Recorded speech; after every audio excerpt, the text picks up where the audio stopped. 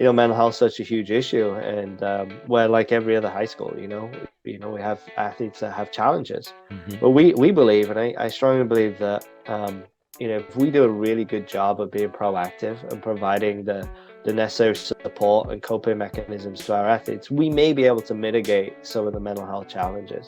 Sure. Obviously, mental health is certainly part biological, but if we equip the young men and women with the tools, the skills, the resources, the support, then we might be able to mitigate some of that. And if that's the case, then wow, what a mission, and what a great thing that could be. So again, I'm fully believe that some of the work we do can support the mental health as well as the performance of our athletes.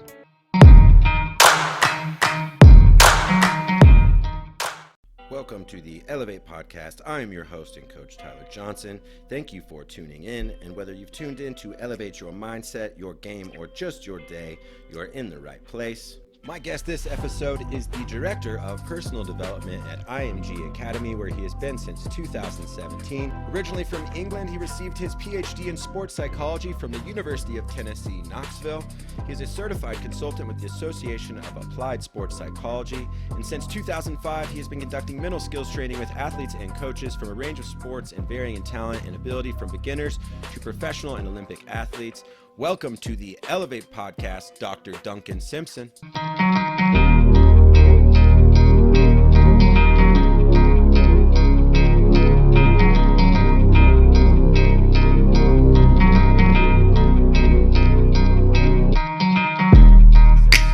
How are you doing today, Duncan? Awesome, TJ. Really appreciate you having me on.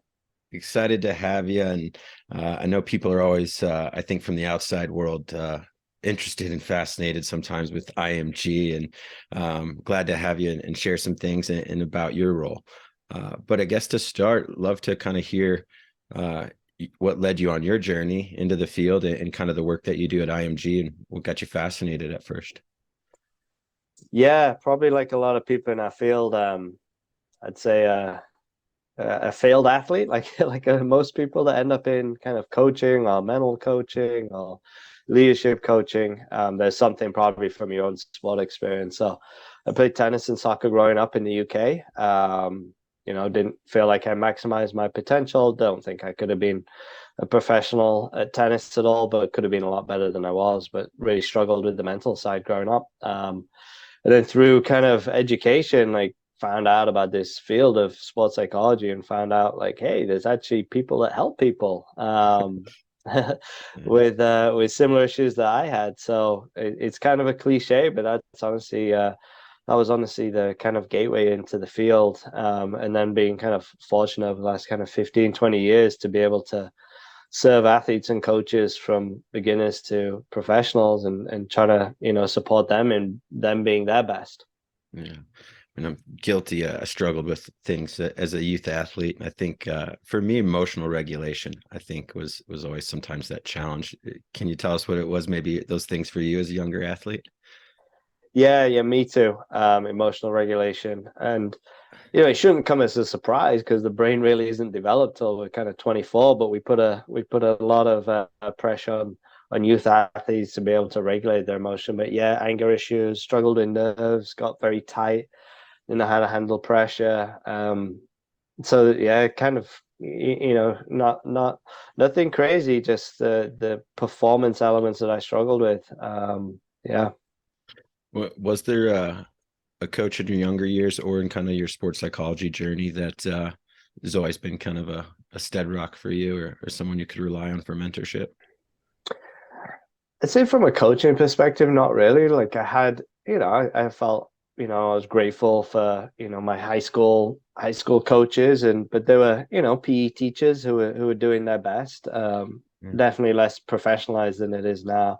And had good coaches, but nobody that really could speak with authority on the mental side. And again, we're probably going back quite, not to date myself, but it's 25, 30 years ago where sports psychology wasn't really a big thing. So Definitely. I think the field's come a long way, and now some of the best coaches really have mastered the mental game, and they can have huge impacts on their student athletes. So again, not a criticism of my coaches. I didn't quite have those coaches. Had good coaches, but not on the sport and the mental side. Yeah.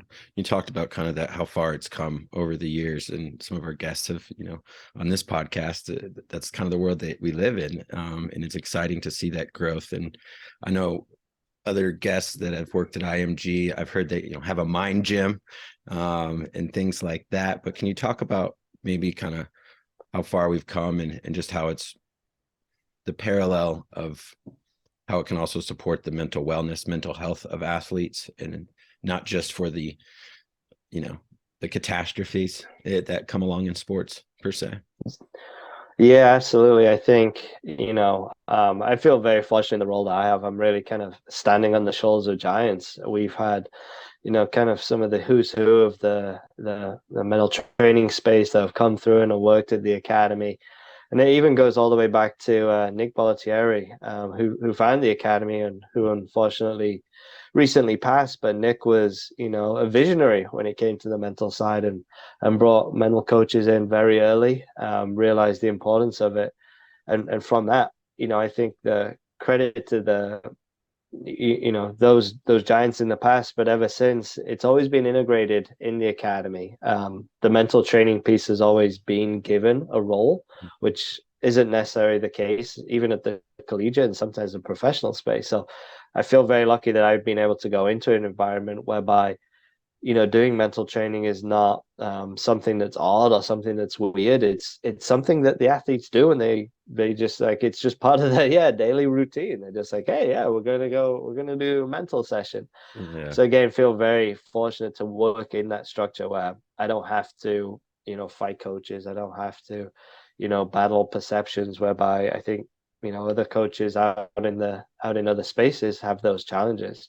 Okay. Um, so for us, I think, hopefully our leadership now sees the value in what we do. And you said the kind of connection to the mental health piece. I mean, mental health is such a huge issue, and where like every other high school, we have athletes that have challenges, Hmm. but we believe, and I strongly believe that if we do a really good job of being proactive and providing the necessary support and coping mechanisms to our athletes, we may be able to mitigate some of the mental health challenges. Sure. Obviously, mental health is certainly part biological, but if we equip the young men and women with the tools, the skills, the resources, the support, then we might be able to mitigate some of that. And if that's the case, then wow, what a mission, and what a great thing that could be. So again, I'm fully believe that some of the work we do can support the mental health as well as the performance of our athletes. Love it. What does that look like for an athlete at IMG? Either get a mental session. What is that routine? How often? How frequent? And then, I guess more of the structured part. I'm sure they do take it beyond the classrooms and on their own into their own competitive worlds. But what does the structured part look like that they're getting to experience? Yeah, yeah, good question. Each sport we have 8 sports. We're going to have a ninth, volleyball, coming on, which we're excited to have. Each sport run a little bit differently, but in general, every athlete at IMG will get a mental session each week. Now that's in a group or a team, depending if they're playing team or individual sport. They'll have a mental session every week. So that will be, usually half an hour with a mental coach. Now that's evolved a lot. It used to be, very classroom based kind of presentation, and credit to the sports and the coaches and the sport directors now are really integrated into the environment. So some of the sports will be out on the courts, on the fields, delivering mental basically during practice time. So we'll get a session a week. From that, we then also support with what we call life coaching. So, Mm. being in and around the sport, being around the practice environment, whereby it's kind of coaching between the cracks, Yeah. when they have a water break, when, breaks in play, anytime there's an opportunity to connect, and you see a lot during practice. So that's kind of live coaching. We also our coaches will travel to competitions, will support the athletes on the road, again based on what the sport needs. And then lastly, there's the opportunity to do one-on-one. So if an athlete wants to go a little step further and wants to meet with a mental coach one-on-one, that's also available. Excellent. Is there something when you see athletes arrive on campus, those younger athletes, kind of a mental skill that they're don't know they're in search for, but they do when they know they're in search for it once they find it.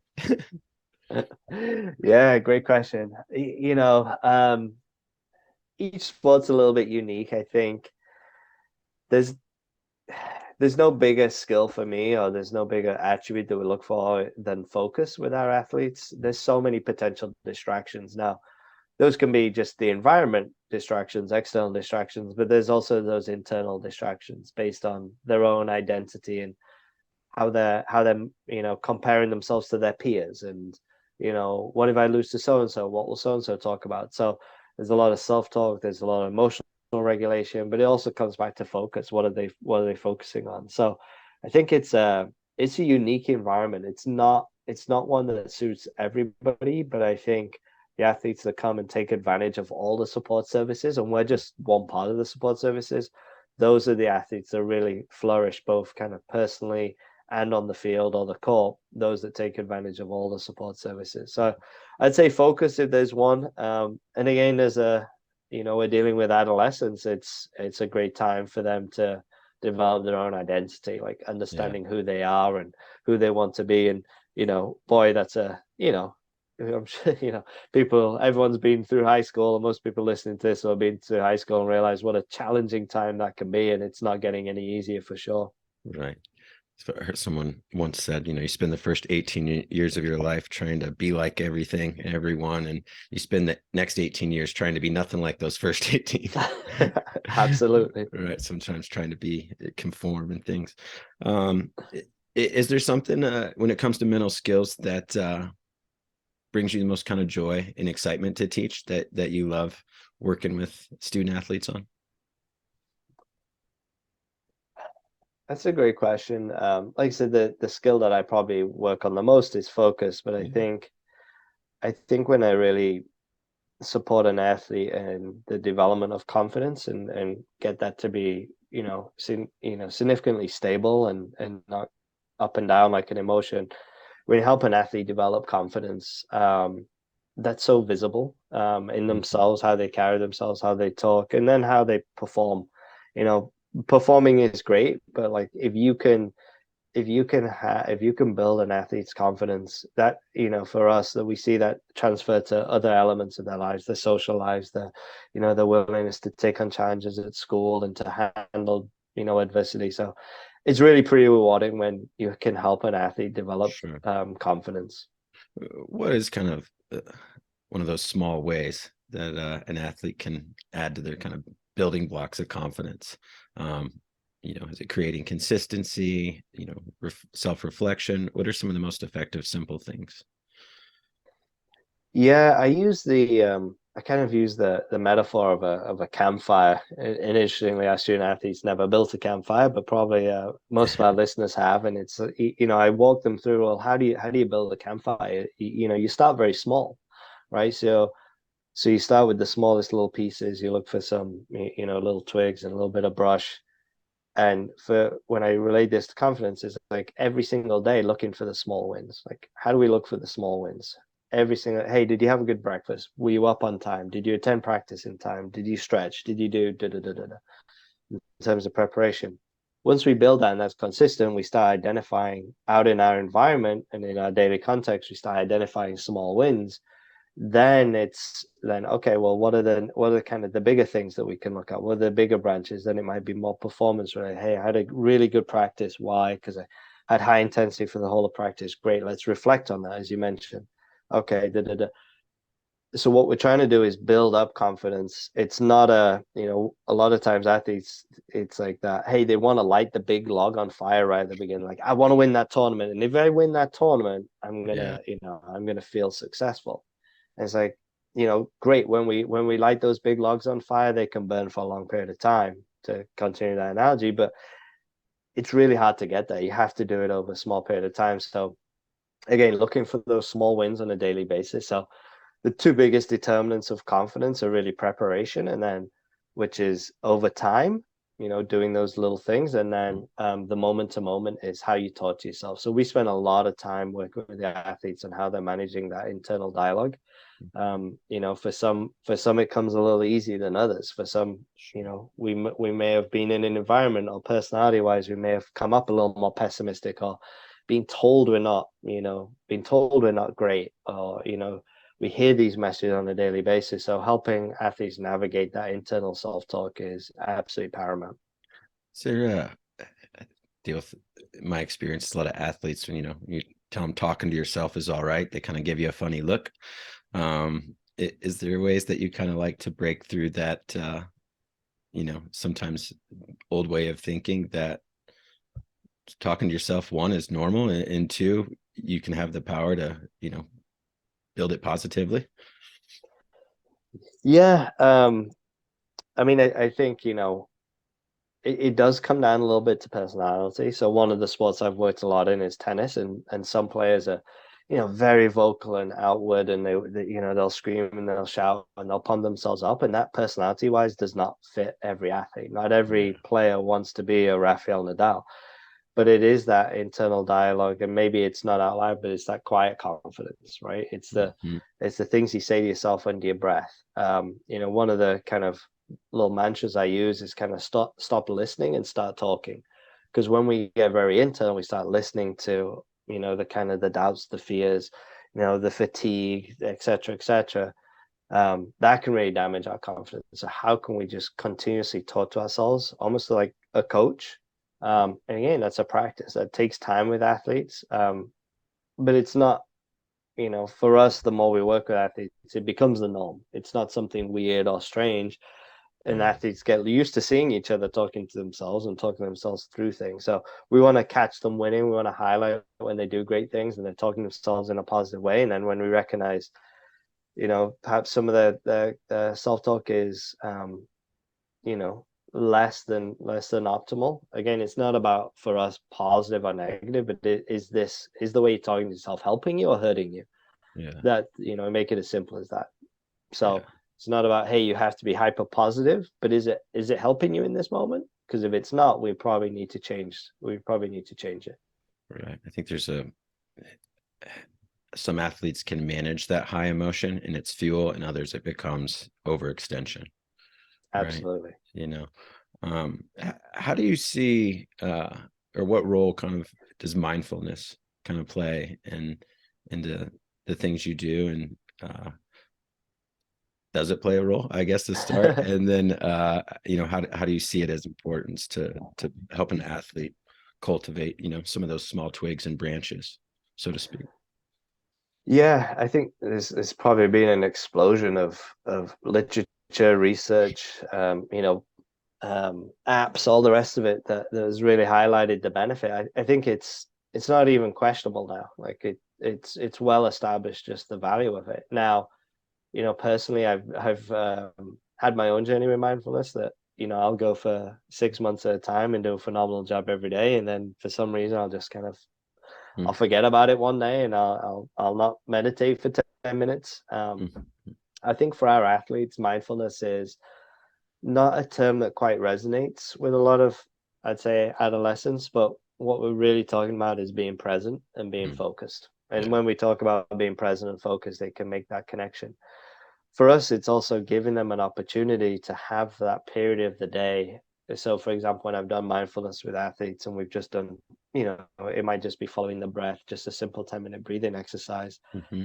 It may be that only 10 minutes in their entire day from kind of 6:30 till 10 o'clock at night where they literally just stop and they have nothing else to do. Yeah. And they really value that. And, it's super common when myself, any of the mental coaches do sessions with athletes around breathing, that, numerous athletes will fall asleep. And it's not because they're being disrespectful, it's just like their body needs that rest and their mind needs that rest. Yeah. So yeah, it does play a role. I think how you frame it is super important. So for most of my athletes, it's about, being present, being aware, being focused. Those are the terms I use as opposed to, mindfulness necessarily.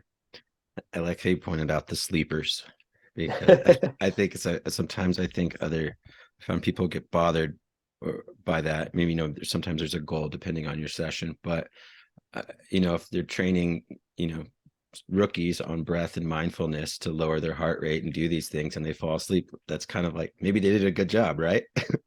Right? Yeah, no, It's hard. absolutely. So it's hard to like, and it's what their body's wanting.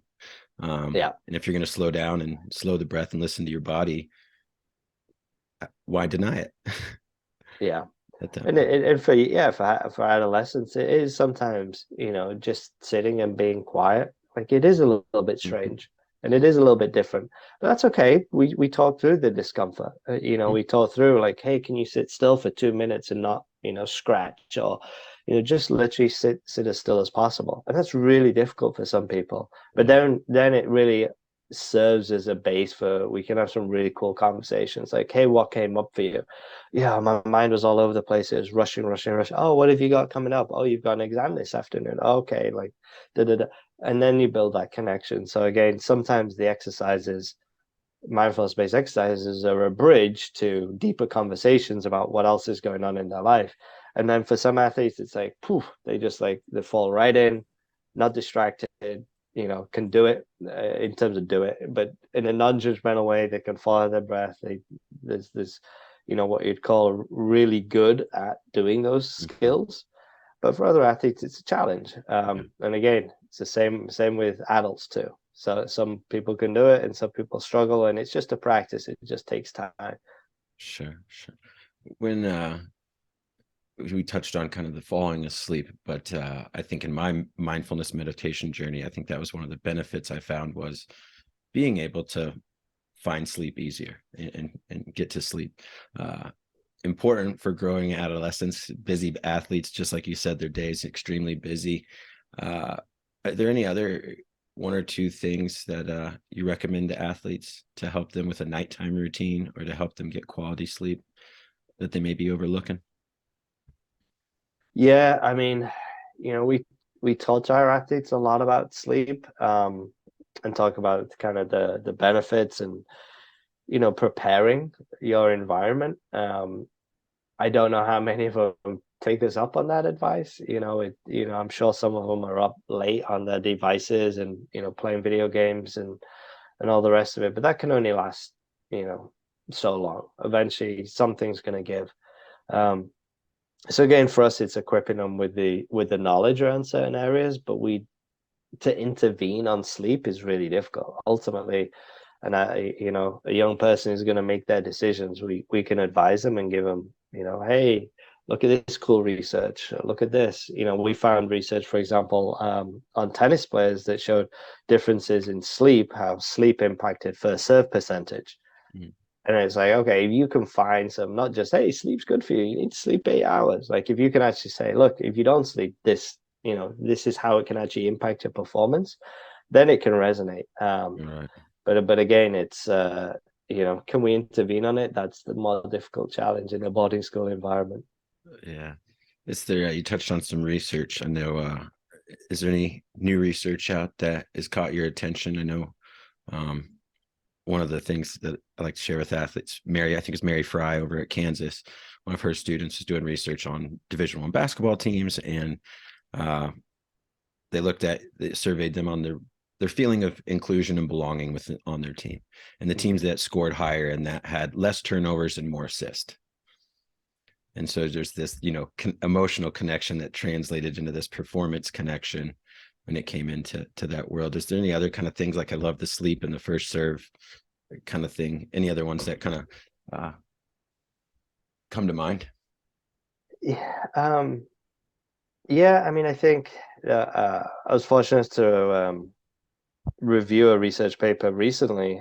Still serve on some journals and kind of challenge my assumptions around some of the work that I've done with imagery and visualization with athletes. Mm. I've done some research in that area myself, and this one was looking kind of that internal first person perspective versus third person perspective and the different skills. So, for example, if you're doing if you're doing something like highboard diving, then we'd anticipate that a third person um, perspective from imagery would be really powerful. If you're doing something like a basketball free throw, it might be that first person really feel it in your own body. Um, and they looked at different skills and different imagery perspectives and really found that, it didn't really matter. It didn't matter in terms of what perspective they took. It was all about what the athlete felt most comfortable with. So again, sometimes it's a little niche area and you're going down a little bit of a rabbit hole, but it's like, okay, like I've been teaching it this way and I've been, saying athletes, oh, you should really do it this way. And it's like, well, maybe not. And kind of exploring some of that. I think for me now in my role, I think I've looked at some of the belonging research, which comes out of psychology, and I think that's super interesting. Mm-hmm. We have 50% international students, and I'm just like, wow, just going to a new country for some of them speaking Yeah. it's not their first language. How do they assimilate, and how do they feel like they belong in this environment? Um, Yeah. and if we can maximize that sense of belonging, and like we could have such a big impact on their just their overall wellness, their self-efficacy, their confidence, just if they feel like, hey, I belong here, not just there's someone else that looks like me and speaks my language, but I have that sense of belonging. So how do we do that on a big scale? We have 1,400 athletes, and Yeah. we have athletes assimilating from all over the world. I think belonging research is pretty cool. Haven't managed to actionize too much, but we do look at, there has been some cool stuff with our student life staff that they really look at how do we think about food? How do we think about Mm. different cultural practices with our Yeah. new student athletes? The food is completely different to obviously other cultures. So how do Yeah. we how do we support that? How do we make sure that you know they can demonstrate some of their cultural preferences and demonstrate to other students, hey, these are foods that we eat. So they do some pretty cool stuff with that. But again, there's work to be done. But I think the belonging research is pretty cool. So my mom was a home ec teacher and a golf coach. So one of her favorite things to do, she taught in an inner city school, was she would get as many other parents and kids to come in and cook cultural dishes. And that was always the most favorite day of any of her students' That's day, was when phenomenal. moms and kids came in and cooked these cultural things that they've never tasted. And everyone got to share a little bit about it. But it was one of her favorite things to do. Um, as she was Italian, so she loved trying everything. So, um, Yeah. but Well, I think when athletes can show up as themselves, right? Like if an athlete is hiding, we see this with adolescents. If athletes hiding part of their identity about who they are, they're not showing up as their full self.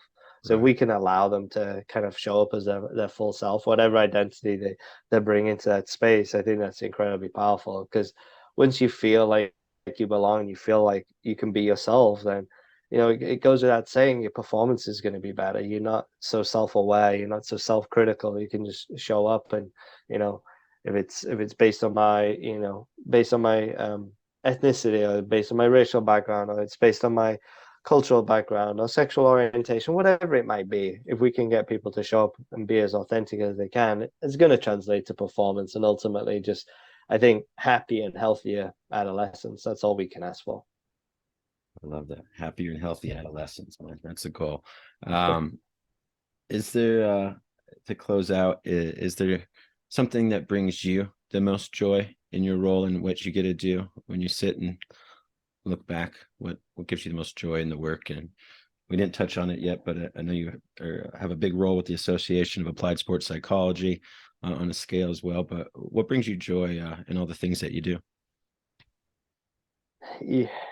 Yeah, it always sounds somewhat cliche when you say these things, but hopefully my staff will attest to this. I think success for me is making other people better.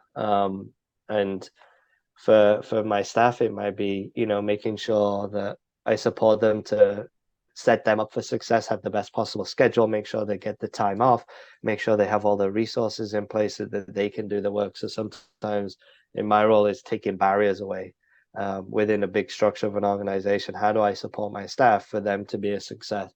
If I can impact them, then they can impact the 1,400. However good you are as a mental coach, I can't impact 1,400 student athletes, but I can support the success of my athletes through my coaches. And then working with coaches is just sorry, working with the student athletes, it's just, how do you help them? How do you support them in their moment of need? Not just I think the coolest relationships I've had with student athletes has not been based around performance. Like it's great, it's cool when they win, but it's really those kids that have graduated and have gone to college, and they still keep in touch and they still reach out, and it's you've built a connection with them. I think that's really that's what it's all about. And again, that does sound kind of cliche, but in thinking this field, it's about making other people better. And you mentioned ASP, and for me, it's just my role within the organization is I've been impacted by great mentors in our field, and it's just like how do I give back? How do I support?